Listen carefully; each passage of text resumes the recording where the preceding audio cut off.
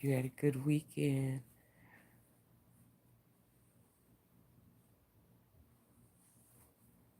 I found a good online class, critical thinking. There's a website, edX, ED and the letter X, edX, and many of the private universities and institutions all over the world offer a few free classes many free classes and some paid classes. And I found one that was interesting on critical thinking, which led me into many other directions.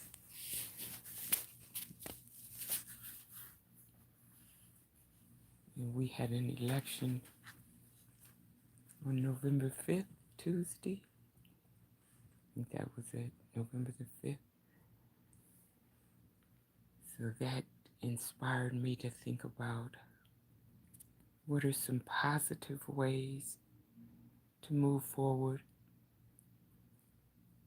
without fear, anxiety, worry, and stress of flaming wars and anarchy. That's the nicest way I know how to say what's on my mind. So I was doing one of the assignments last night, and they gave a short reading on a experiment that was done by Robert Nozick, the experience machine in exercise and critical thinking. Well, to begin with, Robert Nozick was an American political philosopher, and he was best known for contributions to political philosophy and ethical theory. He was born in November 1938 and died in January of 2018. Nozick is often associated with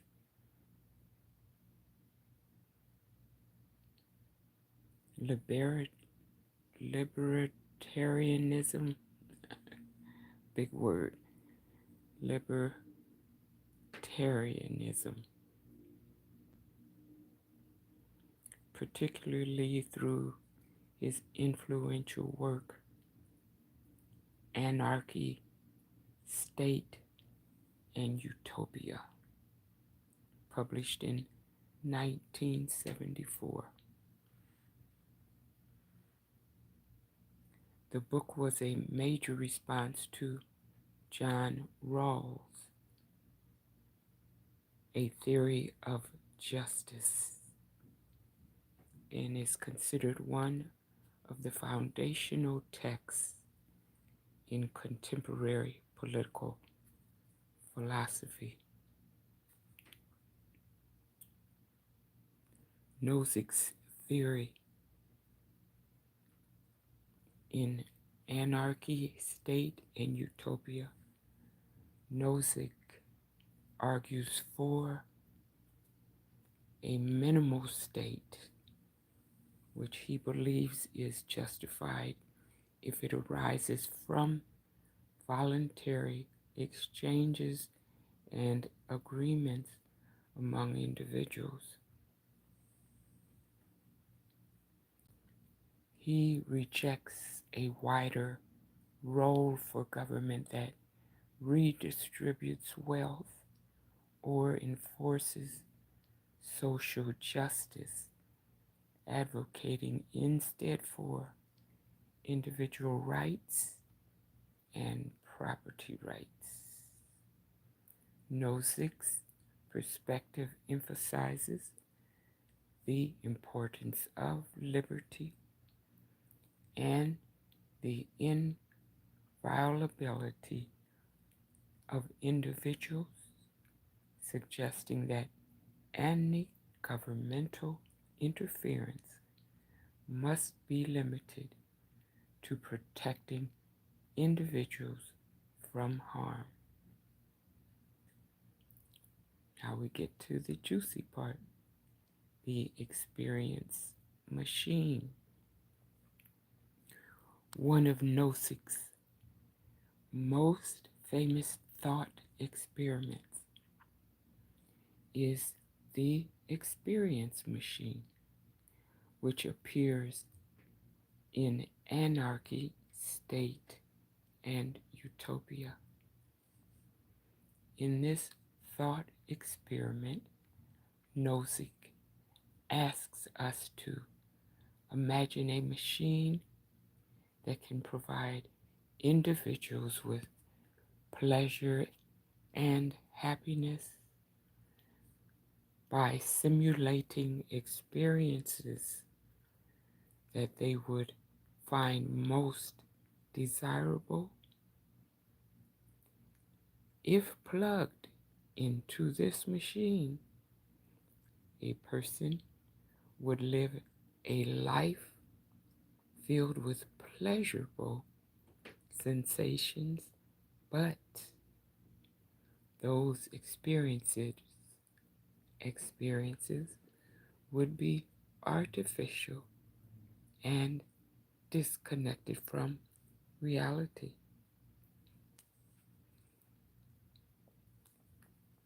Nozick uses the experience machine to argue against hedonism, the philosophical perspective that pleasure is the highest good. He suggests that most people would choose not to plug into the machine, valuing genuine experiences and achievements over mere pleasurable sensations. This thought experiment showcases Nozick's belief that there are aspects of human life, such as authenticity, personal growth, and real connections with others that cannot be satisfied merely by pleasurable experiences.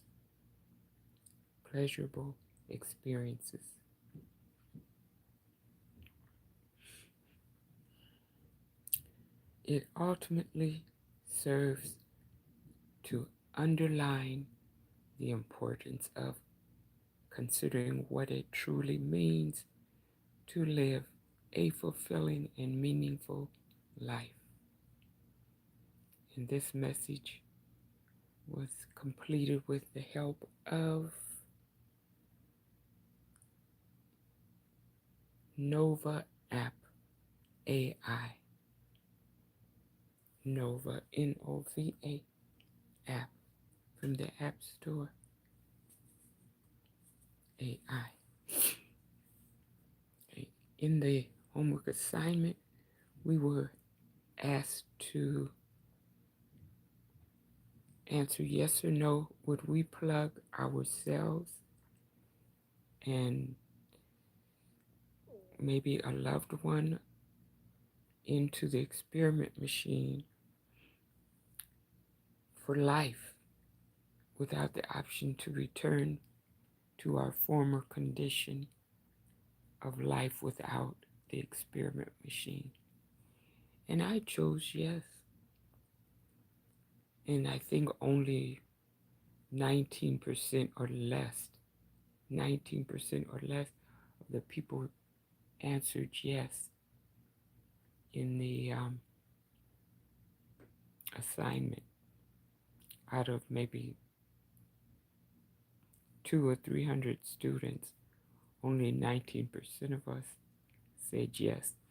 So we are the big heathens, big heathens, I guess, because we chose pleasure, the pleasure principle. But it could be that those of us who chose the pleasure, the experiment machine, have not experienced as much pleasure in our lives as some of the people that chose not the experiment, not to opt out for the experiment machine could be that they are these wealthy people, the Harvard elite, wealthy families that have lived so far above the rest of us. They don't need an experiment machine to find out how to live life in opulence, carefree without any unmet needs. So there's categories of moral philosophies and different categories of theories. So it's not easy just to write off people into different categories and label them as either deficient morally or morally superior. That's not easy to do. Okay, I had some more work, some more assignment for the critical thinking that I wanted to put on live and welcome in. I don't see anyone's name or comments or anyone registered in the live, but welcome in to the replay if you see this on the replay. And I have picked up some sort of allergy or some sort of something, so my eyes and sniffles and all that are in full blossom right now. So I want to go forward anyway because the information I think can help us, like I said, going forward into the new year with the new changes in our government and in our world. So critical thinking is always something that is worth evaluating. Okay. I also completed another assignment contrasting political philosophies to hedonism. Number one, Stoicism. The ancient philosophy emphasizes self-control, virtue, rationality over the pursuit of pleasure. And you recall hedonism at its core deals with the pursuit of pleasure, the pleasure principle, where Stoicism deals basically with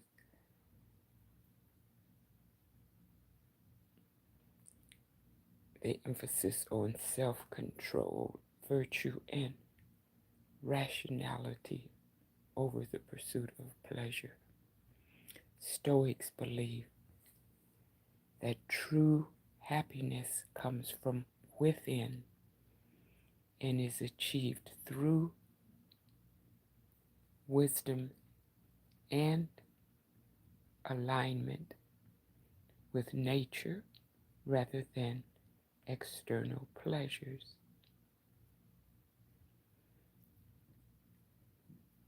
Moving along, next, asceticism. This philosophy advocates for severe self discipline and abstention from indulgence, often for spiritual growth. Ascetics see pleasure as a distraction from a higher purpose.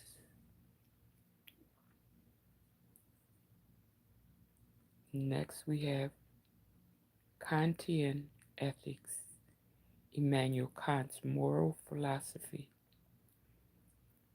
prioritizes duty and the categorical imperative over personal pleasure.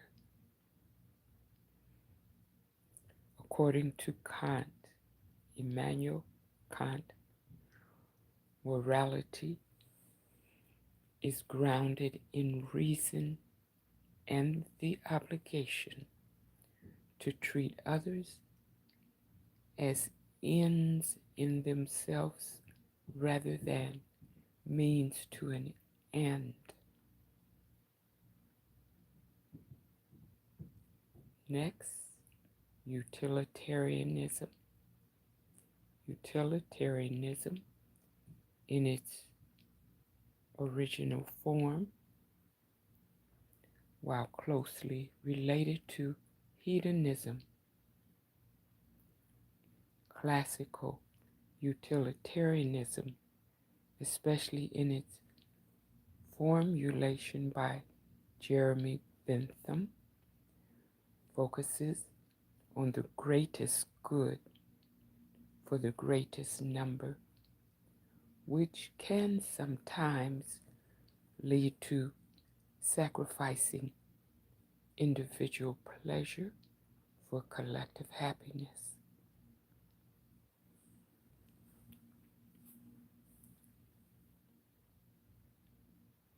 And again, thank you for supporting this YouTube.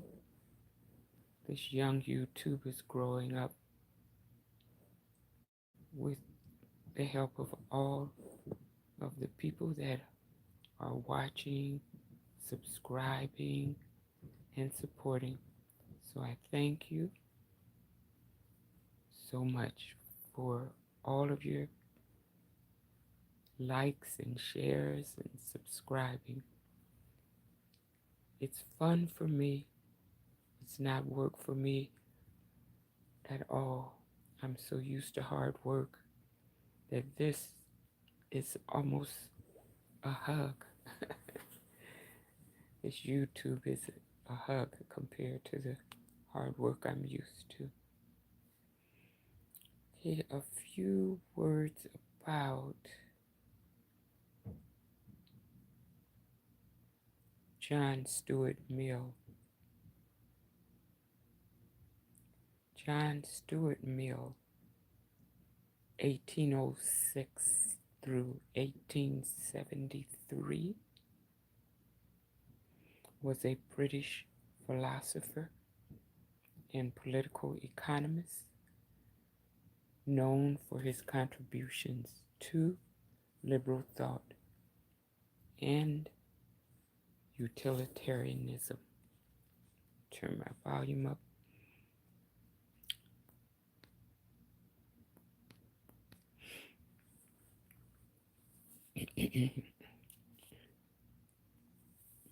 Again, John Stuart Mill, 1806 to 73, British philosopher and political economist. I love reading whatever the British authors write, their movies. Oh, it's just a rare treat. It's something I love. British philosopher and political economist, known for his contributions to liberal thought and utilitarianism. He is the son of James Mill and was greatly influenced by his father's and Jeremy Bentham's utilitarian traditions. Key theories and contributions: utilitarianism. Mill updated and refined the utilitarian philosophy initially proposed by Bentham. And I'll make this short because I need to put some medicine in my eyes, and it won't be beautiful to see on this live, so I'll make this short. Utilitarianism. Mill updated and refined the utilitarian philosophy initially proposed by Bentham. In his work, Utilitarianism, Mill argued for a qualitative distinction between pleasures. He believed that higher intellectual and moral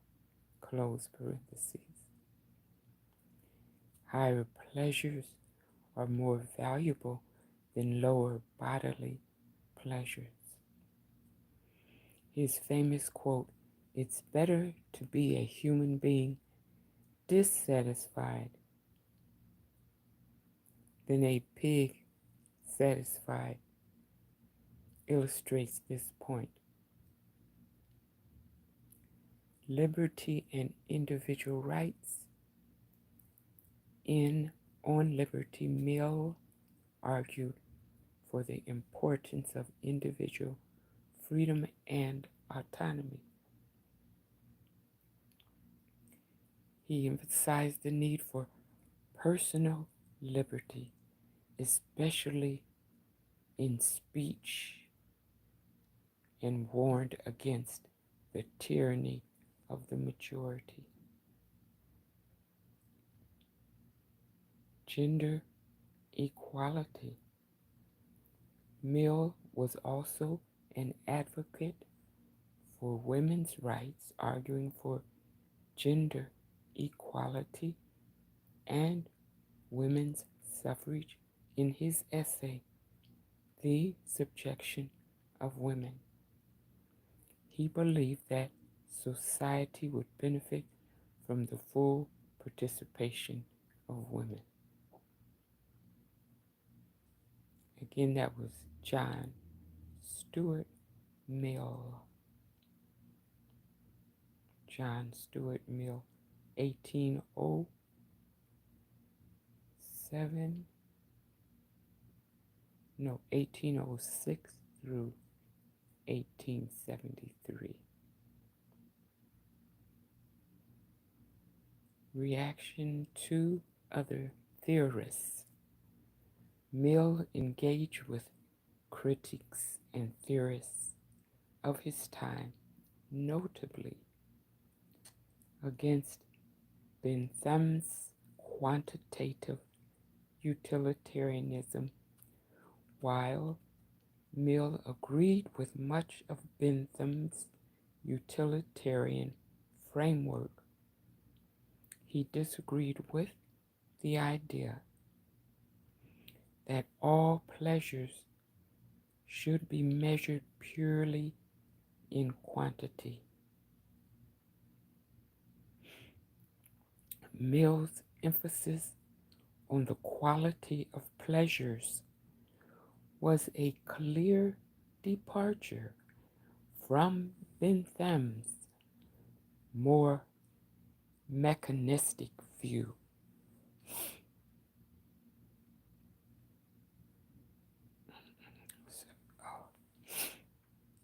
Response to Kant.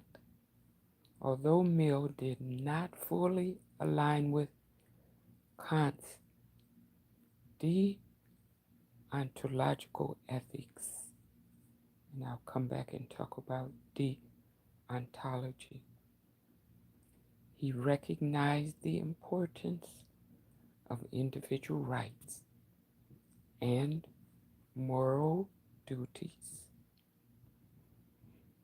which can intersect with Kantian thought in the realm of protecting individual freedoms.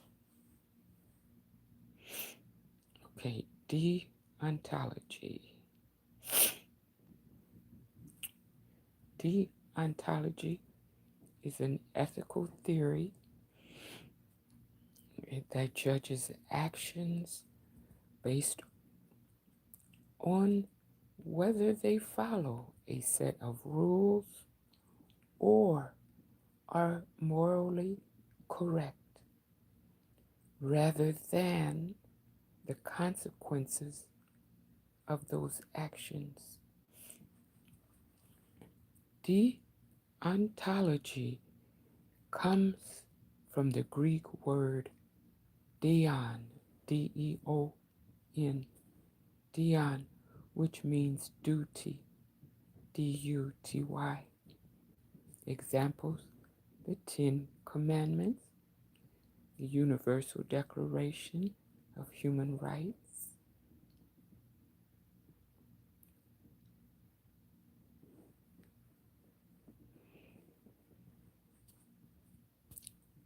moving on, pragmatism and socialism. Sorry, my eyes are too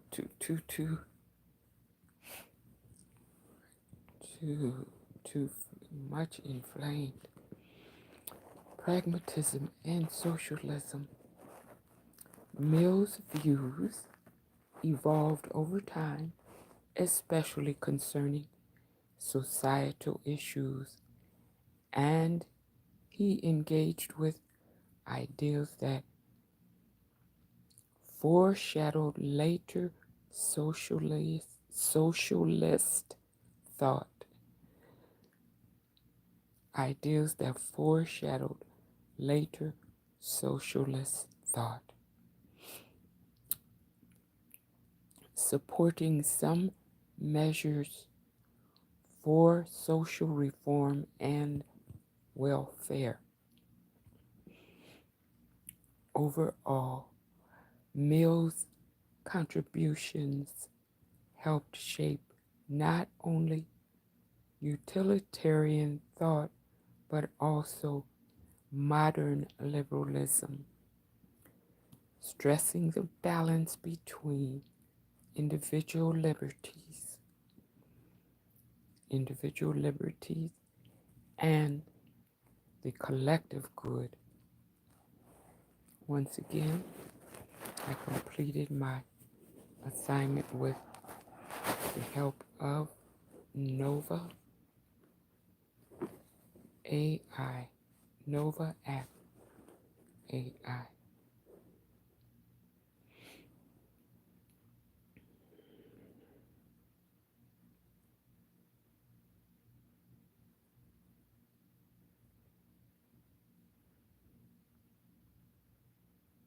And again, thank you to those who are catching this in the replay, and thank you for joining the live. I see someone has joined in the live.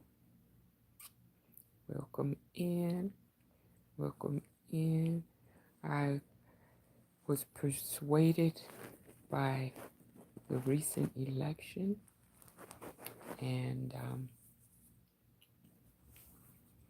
Many other things persuaded me, convinced me that I needed to review critical thinking. And so I went online and I enrolled in a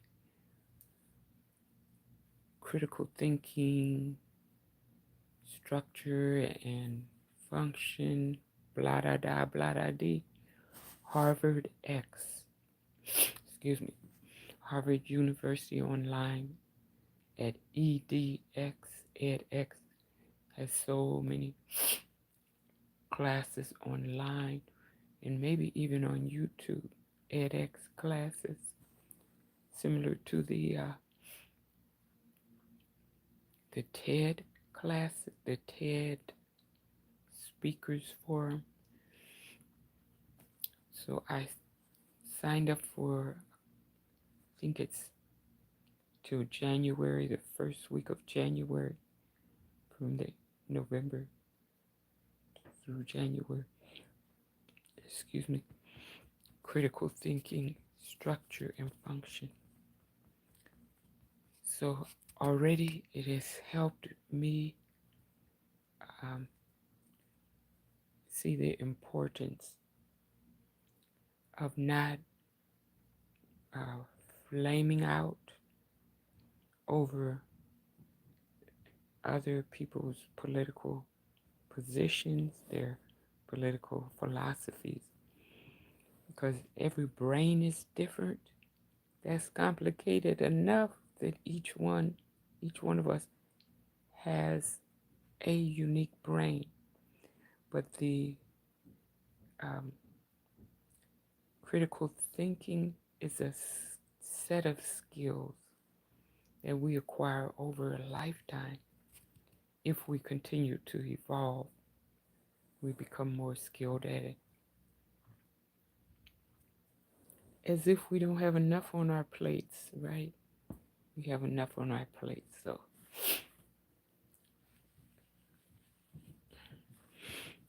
All right, so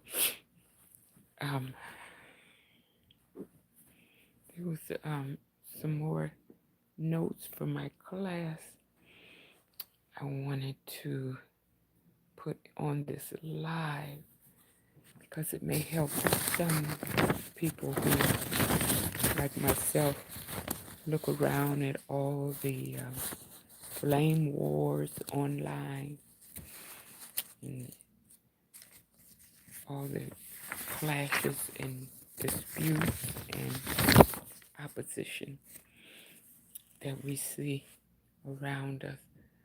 I thought this might help us take the spin off our head.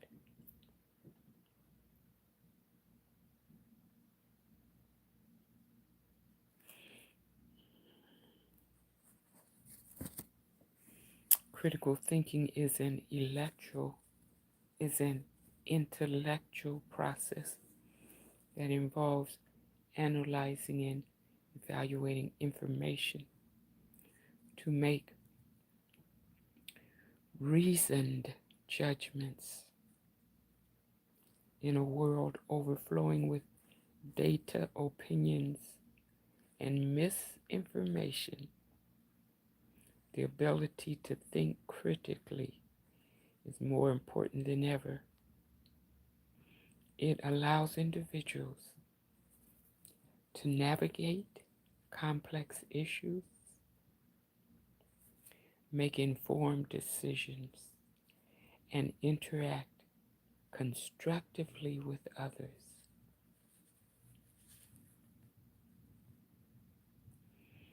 And that's part of my homework from my critical thinking class online at edX. Okay, something that I found interesting, I wanted to put in the live from my session yesterday, my class session yesterday.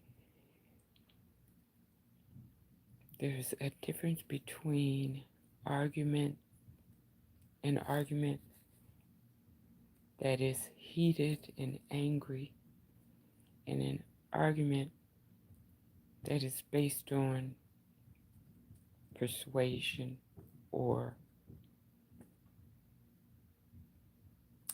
an argument that is based on either belief, feelings, or motivation to action.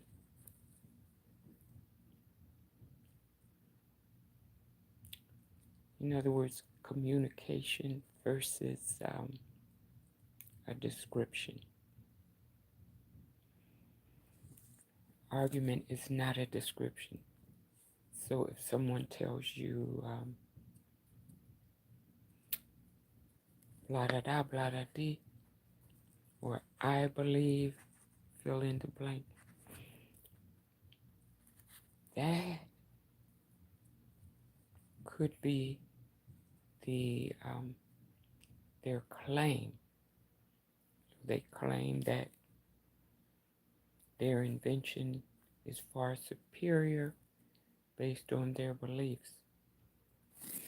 Their philosophy is far superior based on their beliefs. Well,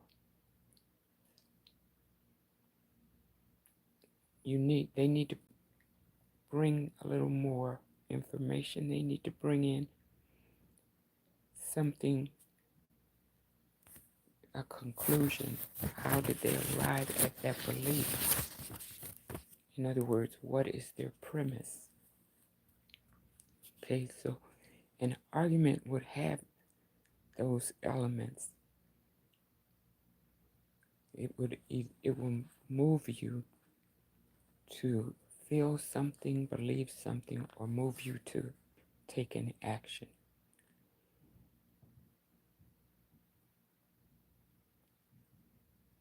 Based on evidence.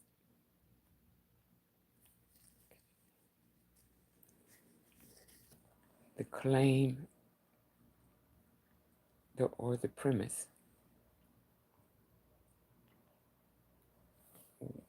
will bring the evidence, should bring the evidence, or should preclude or state the evidence. In other words, the evidence should follow the claim or any subsequent claims that follow the initial claim.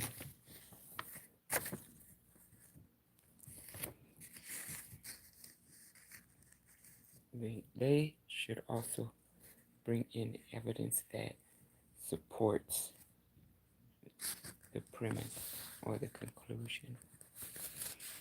So if a person is just angry and arguing,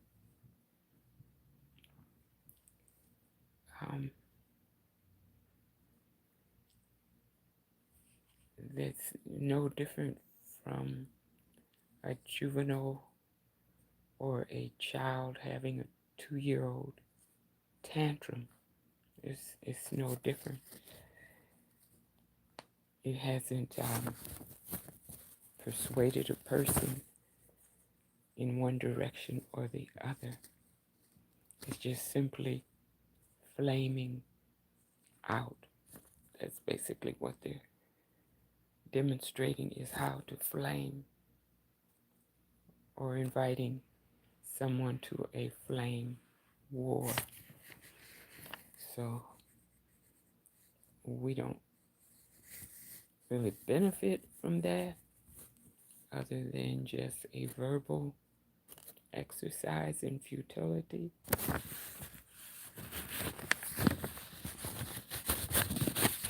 But there's quite a bit of that available if you choose to participate. And some of it's actually entertaining.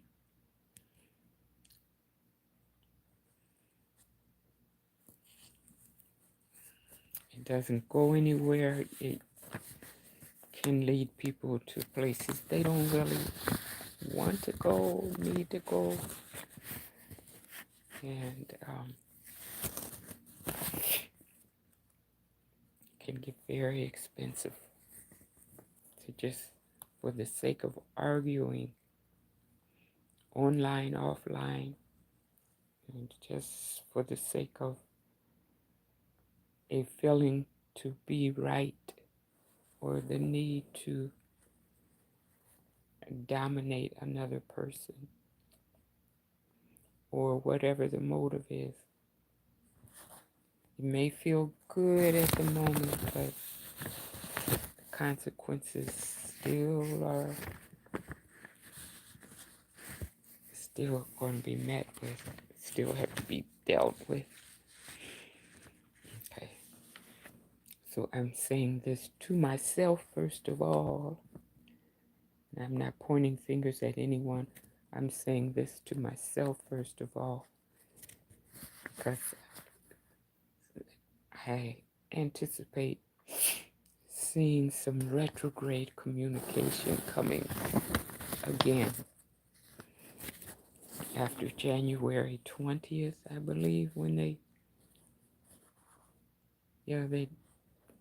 bring in a new administration in government in January, in the federal government.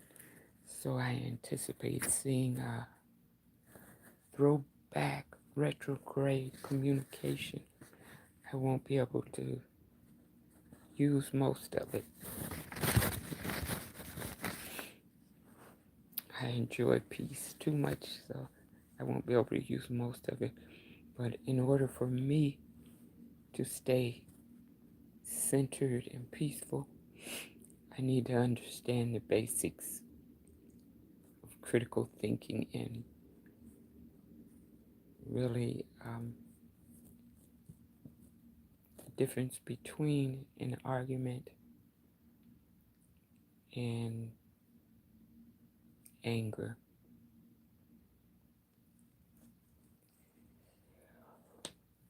Well, that's 40-some minutes. It seems like it's only been a few minutes. I could keep going for at least another 40-some minutes. I just want to make sure I add value to other people. It's okay. I could sit here and talk to myself and then go back at a later date and review the live for peaceful purposes. But I still want to add value, as I think it's Immanuel Kant's theory, for the collective greater good. Okay, I have some more notes here.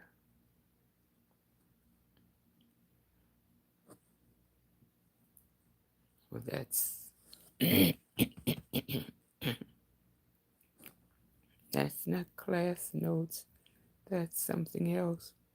You know, T-Mobile is my provider, my cellular provider. And I've been with them for so long, maybe 17 years or more. And I didn't realize that they always give away free gifts. And I'm not giving them a plug, because I'm sure everybody else that provides cellular services is doing an excellent job. But I didn't realize they have all these free gifts, and I don't even follow up on it or ask for them, but they always give me something really nice. So I will be looking for the winter gloves that they'll have in the kiosk, the stores where we can go and pay our bill. I'll be looking for the gloves. They're very beautiful. And it's hard for me, I can buy gloves every day. And when it's time to reach in your pocket and find them, they're gone. I have no clue where they are. Also, if you're in California, let me just briefly briefly switch the subject. If you're in California, you might want to go online. Excuse me. Go online to the State of California DMV, Department of Motor Vehicles website, because the written knowledge test requirement eliminated for most California drivers' license renewals was online yesterday or 2 days ago. Sacramento, California DMV announced that drivers 70 years old and older in California whose license expire in 2024 and beyond will no longer be required to take a written knowledge test beginning October 1st. Quote, all drivers have been required to take a written test once they turn 70 as a policy requirement and not a requirement of law, said DMV Director Steve Gordon. We are eliminating the written knowledge test for those without traffic violations on their record to improve customer service. And it goes on or on and on. And so usually in California, they do that as a first step to broadening the program to a broader spectrum of drivers. So there will be more good news about this in the future. You may want to stay in touch with their website or with your local DMV office to see what the new requirements are for driver's license renewal. Excuse me.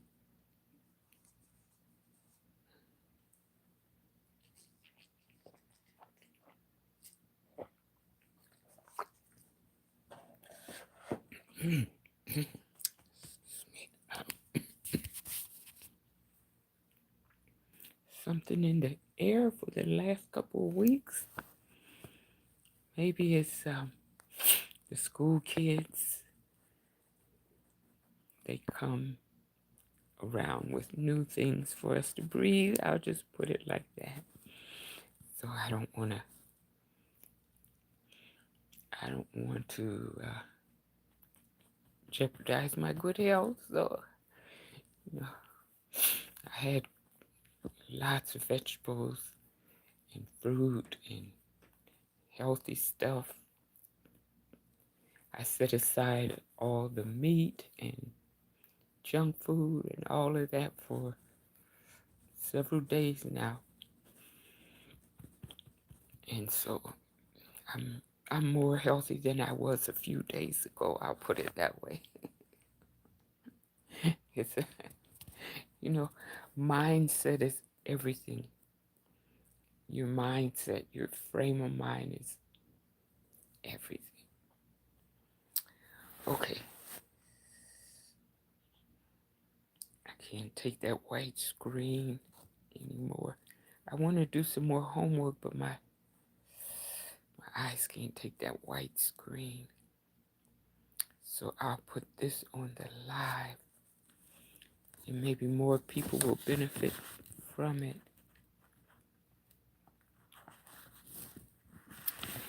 Yeah, going back to what I was saying before I diverted over to these other topics. I was talking about argument can be either angry, arguments, or they can be informative, persuasive. We know this from our communications college classes. There's persuasive arguments and other types of arguments. But the retrograde communications, the angry, flaming wars, and the retrograde communication that we'll likely see come back in January for the next 4 years. It's something else. I guess we have to ask ourselves, can we set aside our ego? Can we set aside our impulse to flame and become heated and bothered by whatever we have to confront in retrograde, in communication, in retrograde styles of retrograde lifestyles.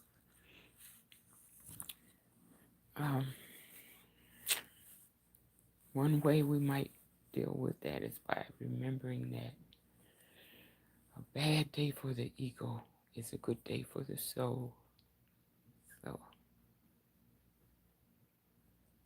I'm just glad I'm an older person and not a younger person, because the consequences of living many more decades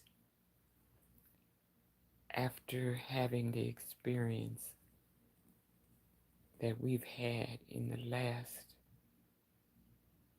couple decades and in the next 4 years, to have to live beyond that for many, many decades.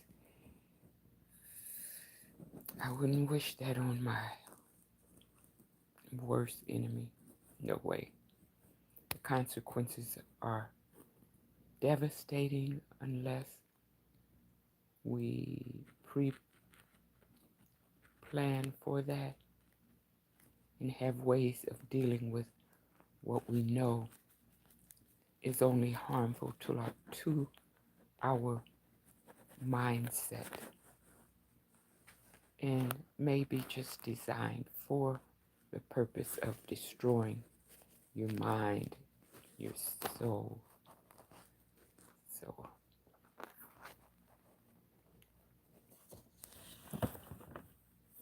we can get through it. We can get through. We've been through so much already.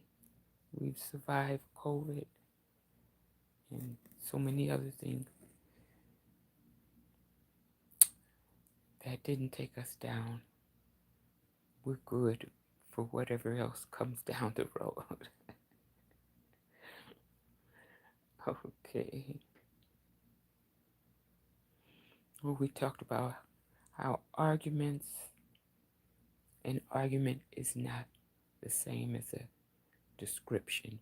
An argument is different from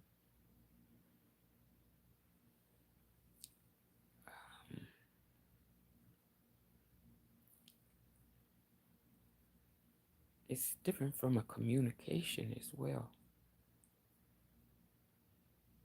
because there's many different types of arguments and many different types of communication.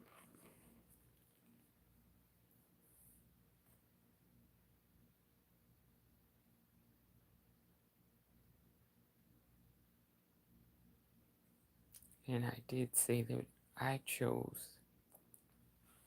when it came to the exercise, the critical thinking skills course discussion board exercise, to choose yes or no to opt to spend the rest of my life in an experiment machine that would offer up endless, eternal experiences, pleasurable experiences, and fulfillment the hedonistic lifestyle. I chose that, and I had to discuss or put in writing on the discussion board my reason for doing so. My decision was to plug myself and a loved one into the experience machine based upon the unique experiences offered were too incredible to pass up and far superior to any other experiences which are likely to be realized in my future or in the future.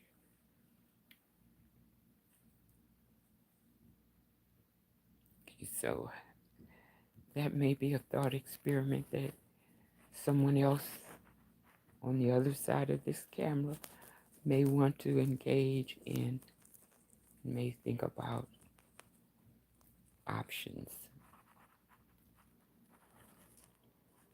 What options are available?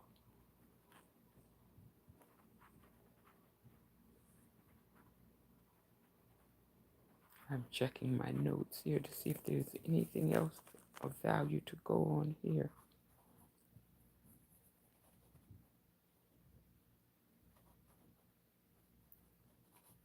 I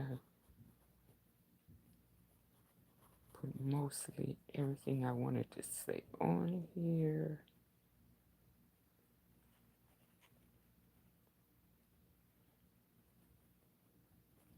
I think there was something else. Well, we got everything. So now I could coast and put something calming and relaxing. Some of the other writings I've done with the help of different AI apps from my app store. Okay. Oh. Original source writings of Kemetism. Kemetism.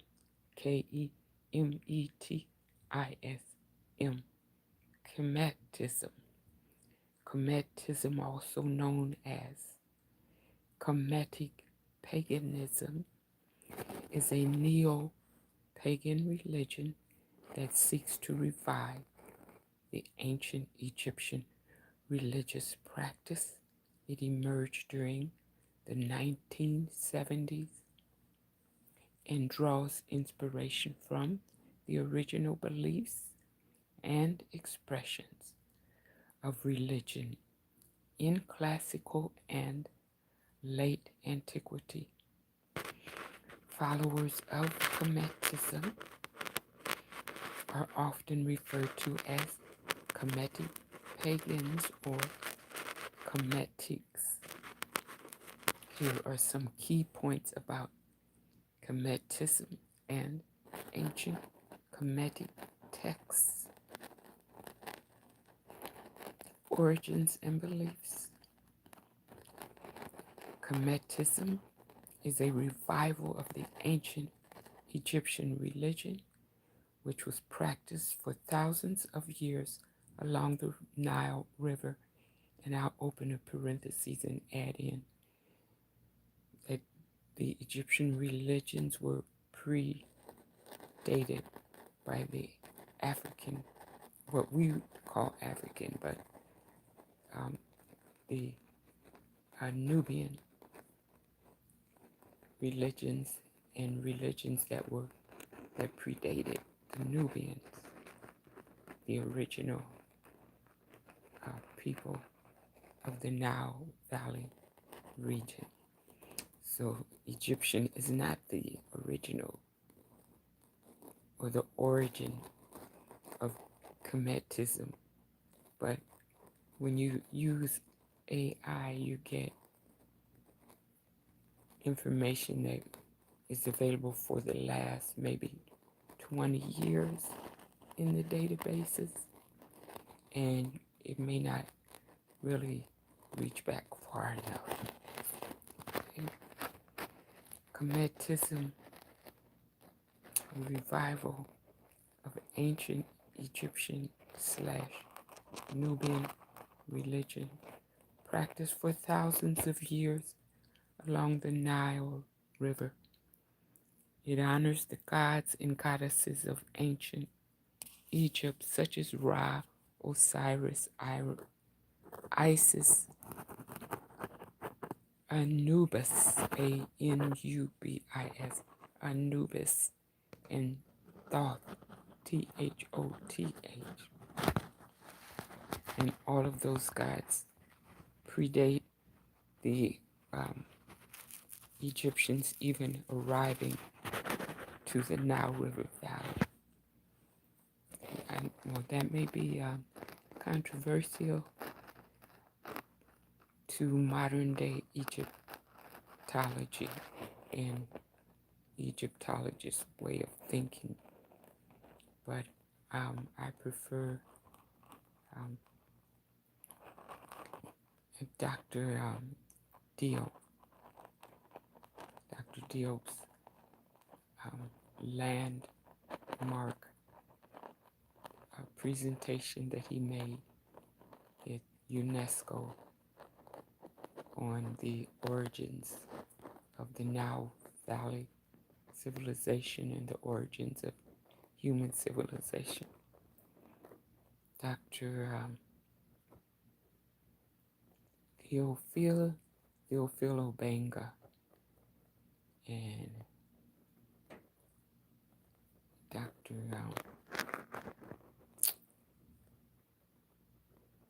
Diop. Check Anta Diop. Fabulous. You'll find their work on YouTube as well. Just fabulous. You don't want to miss that. Okay. So this goes on and it talks about the ancient Kemetic texts. Talks about the pyramid text, the coffin text, the Book of the Dead, also known as the Book of Coming Forth by Day, poetic compositions, the wisdom literature, proverbs, teachings, and philosophical texts, original source writers, challenges and interpretations, modern Kemetism. And it goes on, and in my summary it says, Kemetism aims to connect with the wisdom and spirituality of ancient Egypt, honoring the gods and goddesses through rituals, texts, and community. While the original texts were written by ancient Egyptians, not the original text, no. They weren't written by Egyptians. They were written long before the Egyptians arrived in the Nile Valley. Modern Kemetism continues to explore and celebrate this rich cultural heritage. So, you see, I get a little carried away, get lost down the rabbit hole. Okay, but you see, this is something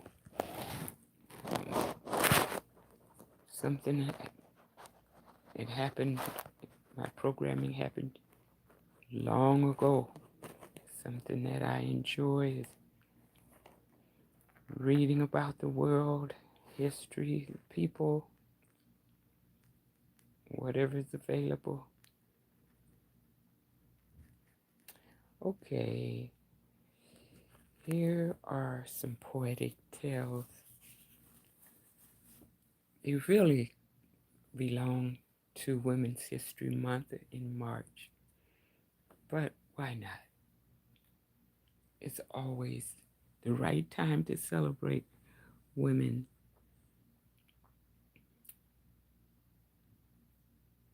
Trailblazers once upon a time in a world where women's voices were often silenced, there existed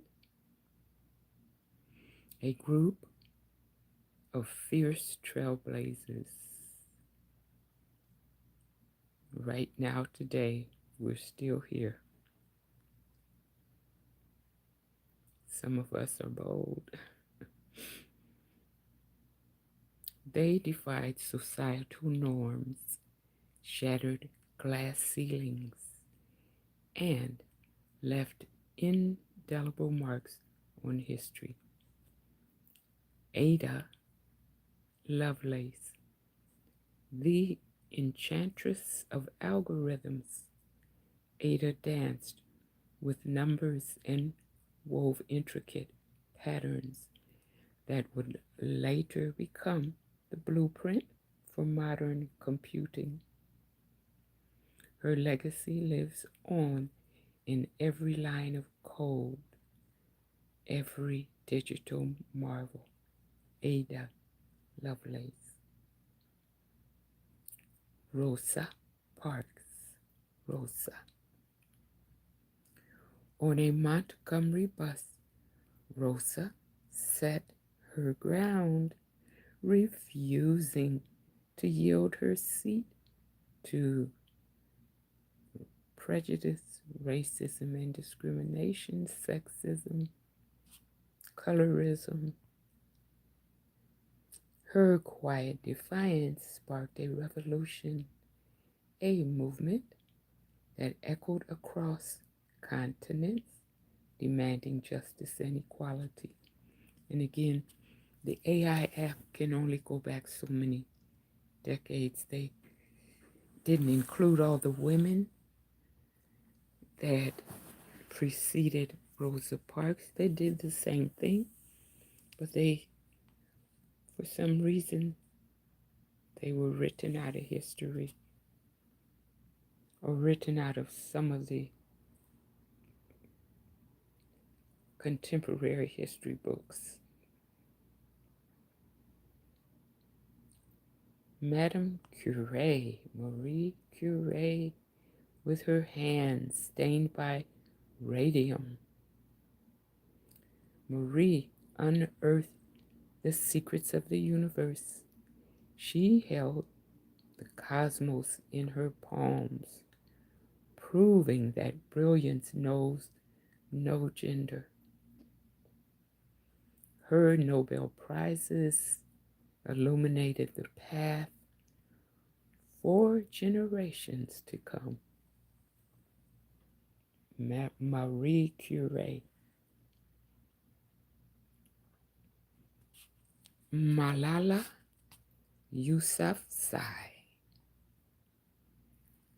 a young girl, now a woman, with a pen mightier than any sword.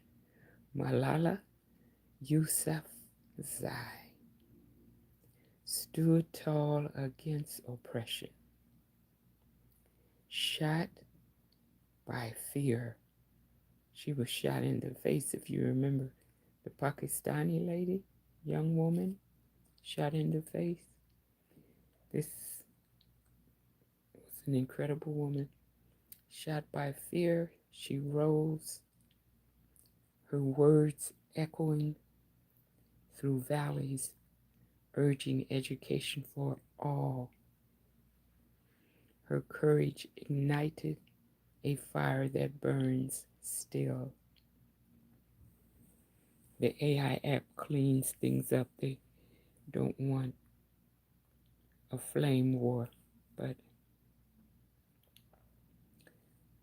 I have to add in my thoughts too. Katherine Johnson. Katherine Johnson from the movie Hidden Figures, Taraji P. Henson, and two other famous African American actresses also. Katherine Johnson, hidden behind equations. Katherine calculated trajectories that sent astronauts hurling toward the stars. Her brilliance transcended earthly boundaries, proving that women could reach for infinity. And so the tapestry of women's history weaves together countless threads, each woman a luminary, a constellation in the night sky. And Apollo, I am assuming that was the project they worked on. Excuse me. They worked on one of the NASA space projects. These three African American scientists were the ones that did the mathematical equations that launched the astronauts into space, and they were never even mentioned until I think in the last decade or two, the movie Hidden Figures came out, and that's when we learned about them. That's the way history is taught in our country, in the U.S., maybe in the world. Many people that made contributions just swept under the rug because of their gender, their color, or something artificial. Okay, let us wind down with a poem. This poem is titled Unseen Strength. And again, I used, I don't know which one, it was last year or the year before. I used an AI to help me with my poems and my stories. And I keep what I like, I throw away what I don't like. And sometimes I keep theirs and throw mine away uh, if it's the right one. So, unseen strength in the quiet corners of existence, where shadows kiss the edges of day, there blooms a garden of resilience where women sway. They are the whispers of forgotten tales, the ink on parchment, the brush on canvas. Their strength lies not in thunderous gales, but in the quiet, unwavering advances. They are the healers, stitching wounds unseen, the dreamers, painting skies with hope. Their hearts, like constellations, interweave, guiding ships through life's tempestuous slope.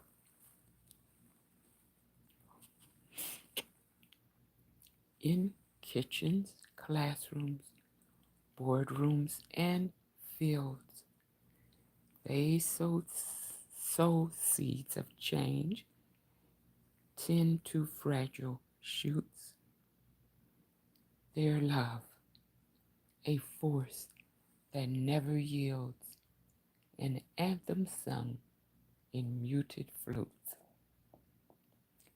So raise your voice, O woman fierce and free, for you are the heartbeat of this spinning sphere. Their love, a force that never yields, an anthem sung in muted flutes. So raise your voice, O woman, fierce and free, for you are the heartbeat of this spinning sphere. In unity, will rewrite destiny.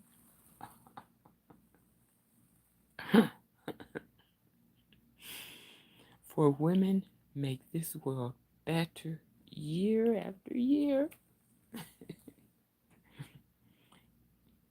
And then I converted it to a song and wrote several different choruses. But I'm not a singer. I'll spare you. But may the stories, poems, and songs of women continue to inspire and uplift us all. Yes, uplift every last one of us. That's the only way to live life, inspired by each other.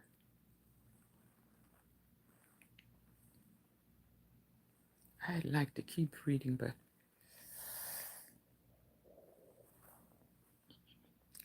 it's time to take care of the burning. It's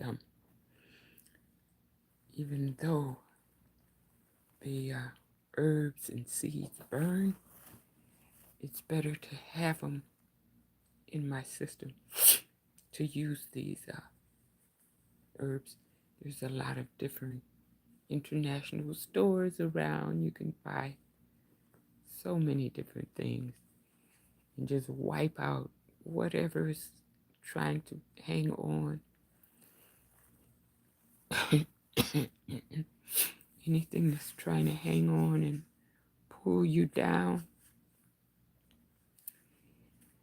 There's so many healthy ways to just wipe it out. I took myself off of many things for the last 3 days and just stuck with, the most healthy things that I could find to feed myself. And though I don't like to sleep, as you can tell from my YouTube, I don't like to sleep. I think I'm going to force myself to get a little more rest. However, I can squeeze that in. But I just have a creative Jones going on right now where I want to draw and paint and write and create everything that I can. So, yeah, because tomorrow is not promised. We think we're going to lay our heads on the pillow, close our eyes, and in a few hours, voila, start over again. It's not promised. No, it's not promised. But thank you so much for your support, because you all made this platform and my other platforms just blossom, just come alive. There's 2 other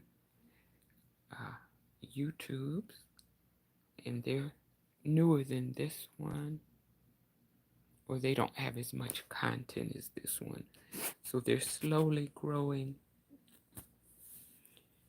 but it's still fun. It's a way to stay mentally sharp, because mindset is everything. Mindset is going to be everything going into the future. Well, hi there. What a lovely, lovely name. Verbal Basil. Oh, I love that. You've got good music taste. Came from one of your shorts. Thank you, precious spirit. Thank you. It's your taste if you found it.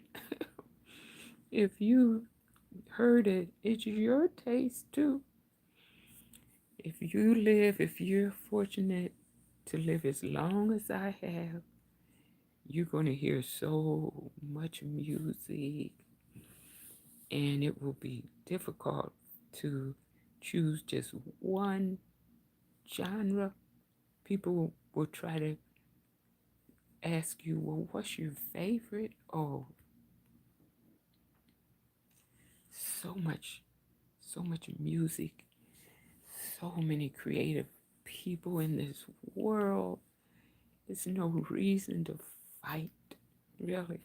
I mean, I understand that there are people that they have a sense of humor and they have a style. They have a style for flaming, and it's it's a talent and a skill, an art that they have, and so they try to see can they refine their skill, and it takes them to the highest heights. So why should they stop? You see, but for me, um, after living in a huge family and living so many years, I don't really see any value in anger that doesn't lead anywhere. You know? Well, I've talked about that for over an hour now. So if you listen to the replay of this, you're going to hear all about, I'll summarize now, but you'll hear all about how I had heard different um, content creators on social media flaming each other. And they seemed now to be headed to court, or worse, they're ready to scratch each other. And that's so sad, because everybody is so talented. We don't have to fight each other. We really don't. Did you ever get the chance to see any of the big influential jazz musicians? Yes. Now, Frank Sinatra, I didn't get to see him in person, but my parents would always have him on the television when I was a child. They would always have his music. Yes. And I very likely will watch the rest of the stream. Listening to you is nice. Oh, thank you. That is so kind of you to say that. Oh, that's so kind of you to say that. Because that's the goal, is not to point my fingers at anybody, but to point my finger at myself and say, remember, remember, I can, to myself, I say, I can always do better. So I figure, why not share whatever I can with the people on the other side of the camera? So thank you so much. You listen to Frank. There's a Frank Sinatra Jr., and I love him too. I mean, and his daughter, I think his daughter was Tina Sinatra. She made music. The whole family is talented. Oh, that's what I mean. This world is full of talented people. Sometimes we don't even know how much talent we have been given until, we've lived and retired, and then we have time to just, for ourselves to see what is out here in this world, what's on these social platforms. And then we see, well, we could try things. You know, we could read things and paint, draw, start a business. This is a business. Starting a YouTube channel is a business. And then YouTube is our marketing and distribution. And they do such a beautiful job. I have to say thank you to Google and the people at YouTube, because you all are doing miracles. All we have to do is show up, put in some effort, and they are making up our lives more enriched. So I hope everybody that comes to this channel starts at least one YouTube of their own, and keep getting the word out. Tell more people, tell all your followers to start channels so we can all benefit. The world is too used to hate to realize the entire point of life is to love. Oh, perfect. Oh, that is beautifully stated. Oh, yes. Yes. It's I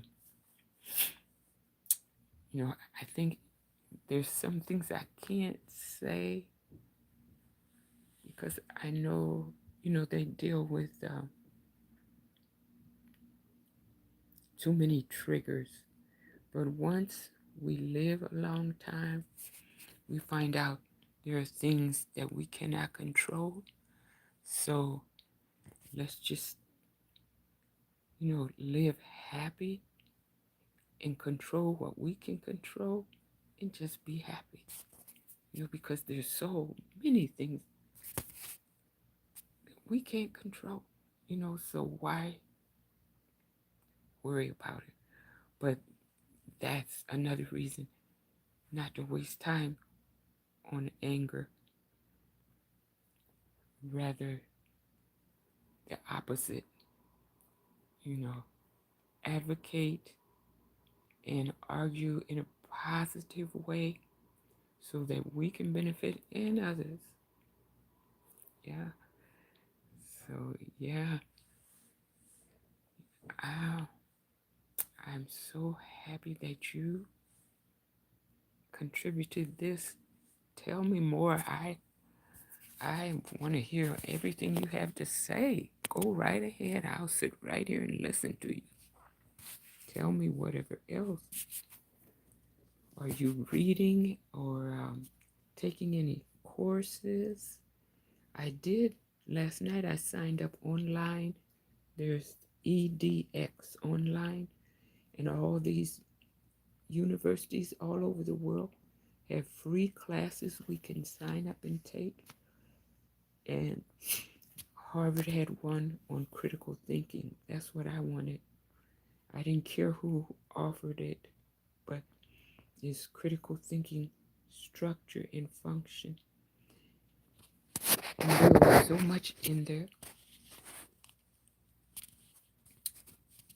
I made myself do homework. They give you some assignments, but on top of that, it makes you think about other things. So I made myself do some research, and that's why I made this podcast. Sorry, I'm confusing my podcast with my YouTube. That's why I made this YouTube live, because once I started to research a little bit more about critical thinking, it was just too good to just keep it to myself. Because I know that so many people are going to benefit from it. Like I keep saying, in January, we're going to deal with a retrograde style of communication. When the new people go into Washington, we're going to deal with this retrograde thinking. We won't really,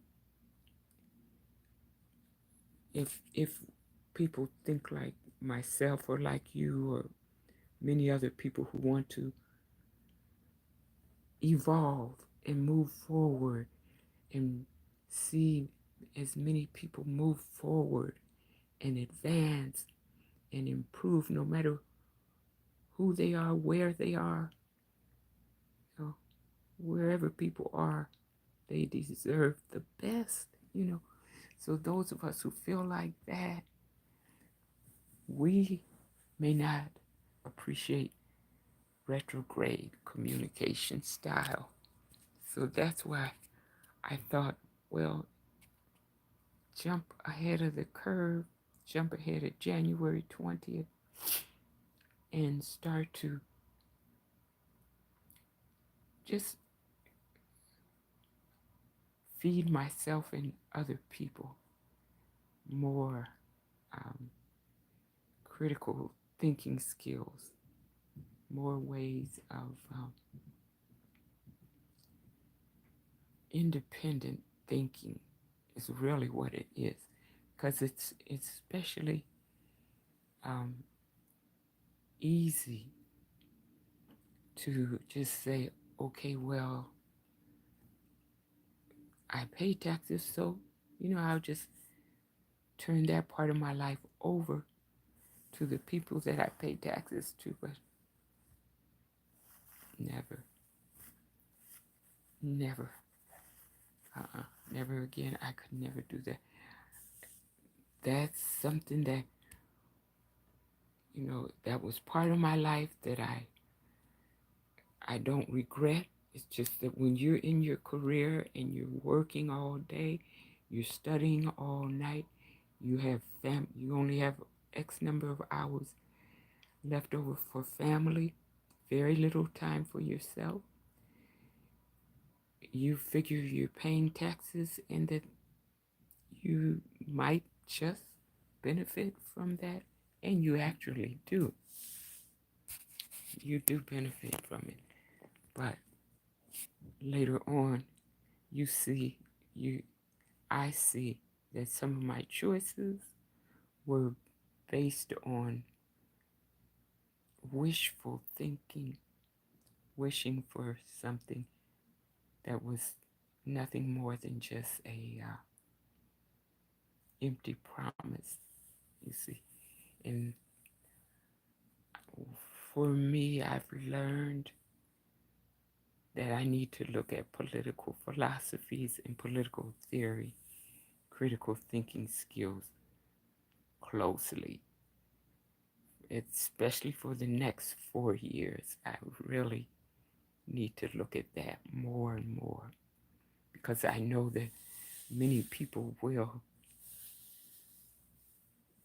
need skills, and they may not have access or time, opportunity, to find what they need, you know. So what I've learned is that we learn best when we learn from people who can explain things so that we can understand it. That's how I learned best. Excuse me, from people who explain things. So why did I not? I didn't listen to my peers, my colleagues when I was many young years, decades younger, and I chose to go to a university or a high school, and all of my friends chose to go someplace else. Rather than to follow my friends at a very, very young age, I had a sense of wanting to be independent in my choices. I wanted my life to reflect my choices as much as I could. It's not always, we don't always get what we want. But I knew a very young person, that it was not always about the money. So rather than to go to a college prep high school, I chose a vocational high school because I knew that if I could work, then I could earn what I needed to go to college. hmm That is very true. I usually don't do well with books and large text, but if I have someone I'm physically interacting with, I tend to be way better at soaking up information. So, so true. So true. That's how it is. When the student is ready, the teacher appears. That proverb is so true. Yeah. But that was something I knew that if I acquired skills that I could earn a living, I could pay for college so that I didn't have to do it the other way around. I didn't have to go to a college prep, high school, then leave high school, go to college, knowing I couldn't afford it. My family couldn't afford it. It was off the table. So why even bother go to a college prep, high school? You see, I didn't feel any, bad feelings or anything. My parents did the best they could, but college was off the table. I asked my dad, I want to go to college. He said, you can marry or you can go to work. Well, that was way back then. But I decided, okay, I would go to work. And I did that. But I knew there was that option. College was not off the table if I could just work.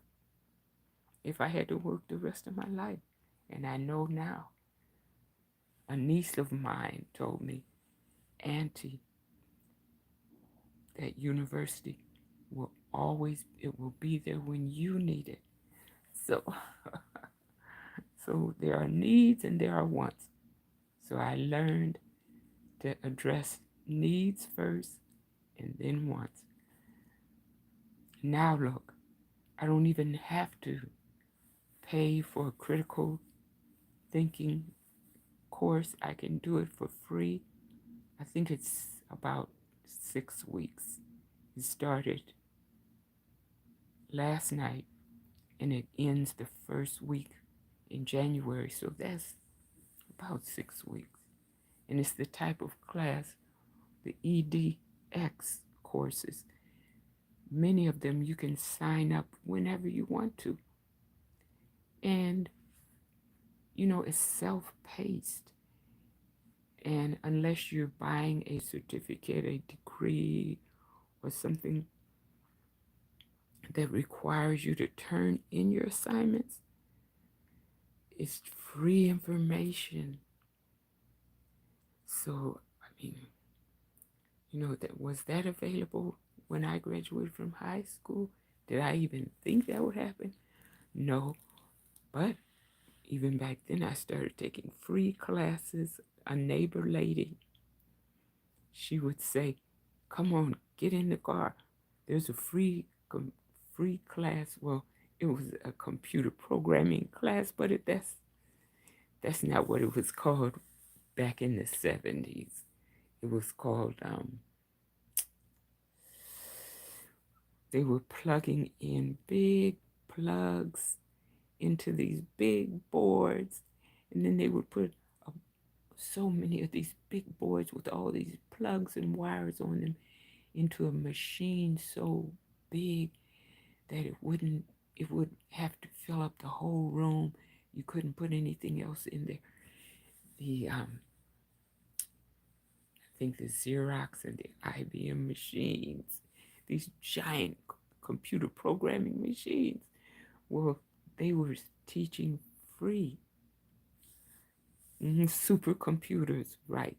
Those big computers NASA used exactly for calculations, exactly. And I think the universities here, USC has Craig. They're probably more advanced than that, but there's this supercomputer that was around 2002, so that's old.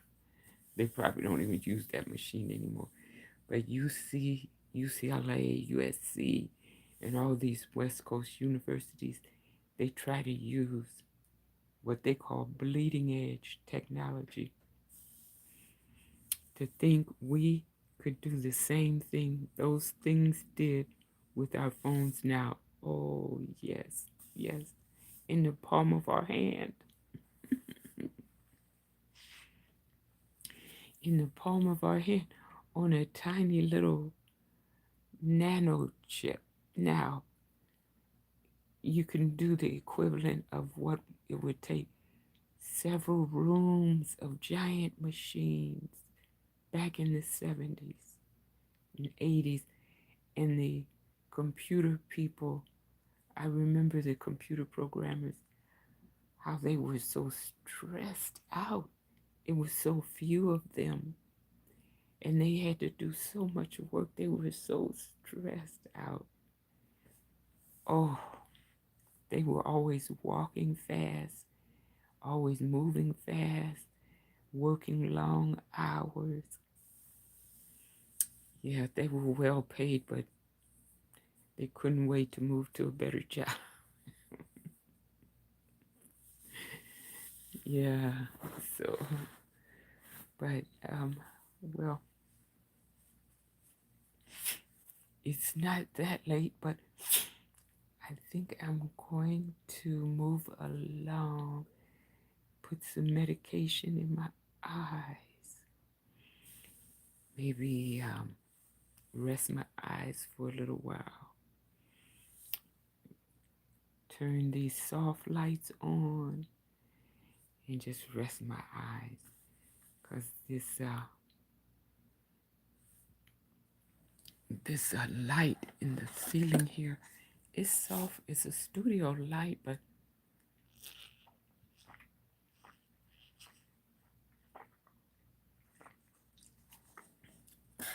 it's a studio light, but it's no competition for. I'd like to hear more from you. Yes, I'd like to hear more from you too. This is our space. Yes, this is our YouTube. Whosoever will, come on in the room. Come on in the room. We're going to swim or sink. That's it. We'll swim together. Maybe you could teach me the butterfly. I could teach you the breaststroke. The equivalent, I'm thinking, the equivalent in terms of critical thinking skills and survival skills. There are many YouTubers right now that are organizing, and they're planning to, create living quarters where they can live together. They want to live as affordable as possible. So YouTube is doing great things for so many people. Just phenomenal what they're doing. Okay, my dear, I'm going to move along. You take good care of yourself, because there's things coming from the school kids. They sneeze and cough too, so so once they catch something, it's out there in the air. So you take good care of yourself. You too. Have a good night. Okay, much love. health, peace, prosperity. Have a very good week. Come back to the next live. Hope to see you. Germ factories, they are. Yeah, little kids, they are germ factories. They're so adorable. And not only are they adorable, but they are safety. You know, they will scream if anything goes wrong. They'll scream for help. So their security and patrol, once they're outdoors, you're gonna hear if anything goes wrong. They're, they can, even if they're brand new, 2 minutes old, they're louder than all of the rest of us. They're allowed. Okay. Thank you for joining the live. Keep listening, keep sharing, because our YouTube is growing. It's doing pretty good. Okay, bye now. Thank you. So nice talking with you.